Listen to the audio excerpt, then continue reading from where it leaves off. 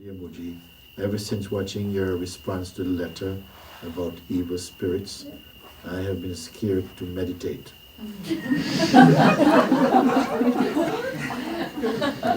There is a fear of my defenses being lowered if I empty my mind. I have never believed in evil spirits or experienced anything like that before. But when you said these things can actually happen, I felt an intense fear arise. Please help clear up my confusion. Thank you, Larry. So you have put the text, but you have to put the context of what I was speaking about, because I'm not so much inclined to talk about these things. Sometimes people call and they say that they feel possessed or something is troubling them, and maybe I might make some reference to that. So you have to remember to put the context of the conversation. Otherwise, I don't know what you're speaking. I don't usually like that. But let me take up a little bit from where you speak, Laurie. So ever since watching your response to the letter about evil spirits, I've been scared to meditate.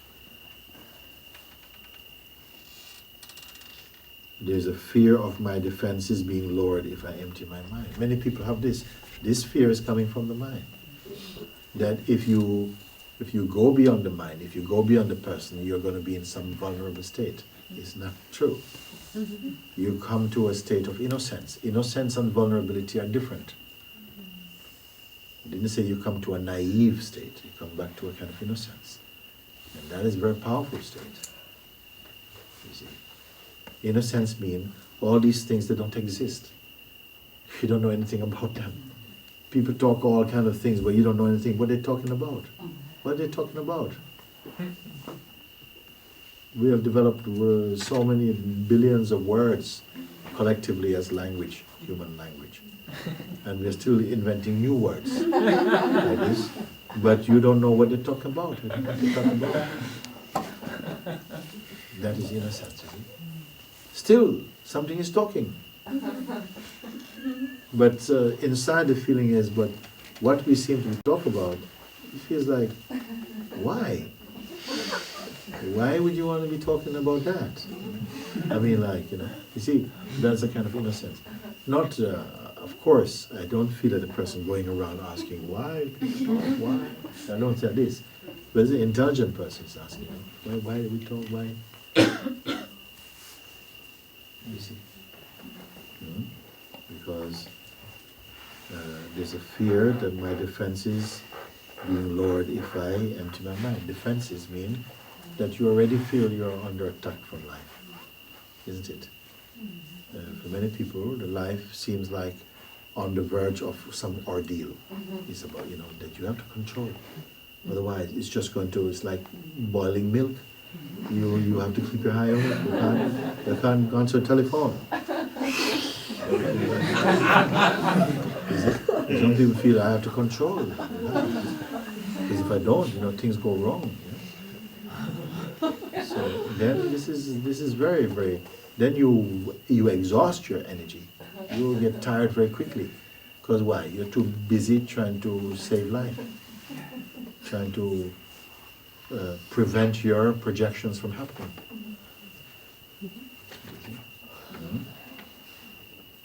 So even to meditate, I won't take the risk to meditate, because that's the culprit. When I meditate, my mind becomes empty, then I'm vulnerable. So if you believe this thought, where can you go from here? Nothing, you're finished. Meditate is meant to mean to bring you again into your silence, into your essence. And then fear is there. How can fear be there? So it's not like that. It's somehow some false notions are still living there. So I've never believed in evil spirits or experienced anything like that before. Well, I am so surprised. You don't believe in evil spirits? Many of them are still walking around in bodies, so what's there you talking? Evil spirit doesn't have to be dead.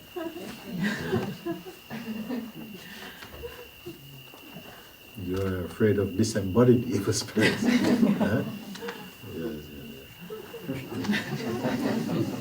one time when I was in the market in Brixton in London, selling incense. And, so I started to make these sayings. I'd write on a little piece of paper, like tiny piece of paper, and then I'd roll them up, cut them and roll them up in some sort of like toothpicks, roll them like this. And I'd cut some drinking straws. I used to go to McDonald's and get straws and cut them up in little bits, and then I pushed them inside the straw, and I had this bag called Thought for the Day. Thousands and thousands. And any friend come to my house, they would sit sometime and keep rolling these little, like these Thought for the Days. And so people would come and they loved them because there was always something, truthful and uplifting. But then also many types of people approach, about different things. And then one lady, an old lady, I saw her very often. She comes to the market with her son. Her son is a very big guy, very big, but he is like a young mind, very strong, carries all the shopping.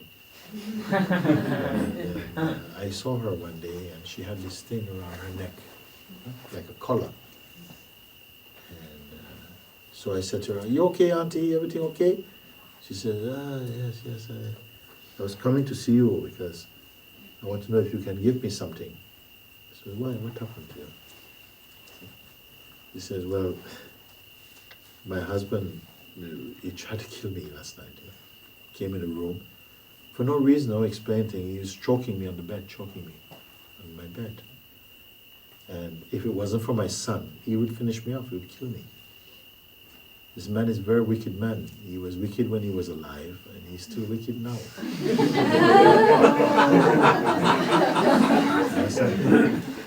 I meet many people like that. Is it true or not? So you say, I've never believed in evil spirits or experienced anything like that before. But when you said these things, they can actually happen if I felt an intense fear inside. It's okay, you can feel a bit of fear about it. But then somehow you must clear it. You're quick to feel fear, because the mind that is so much identified with person is quick to feel fear. You see? But you have to be strong. If you come to satsang with me, you have to be strong. Not some little daffodil. You have to be strong. Isn't it? You cannot just be little things. "Oh my God." No, I said, no, you're too weak. If you're too weak and you keep on being too weak, we shoot you and we throw you over the hill, we say. If you come back up on your own, then you can join the team again. But you have to be strong means what? It means that you somehow must follow the pointing and discover your real self. And no one will discover real self. You can never be weak. When I say strong, I don't mean aggressive. I mean centered, peaceful, open, unafraid. Like that. I don't say fear cannot come, but it cannot grow. It will come sometime, but it cannot grow because you're not cultivating these qualities.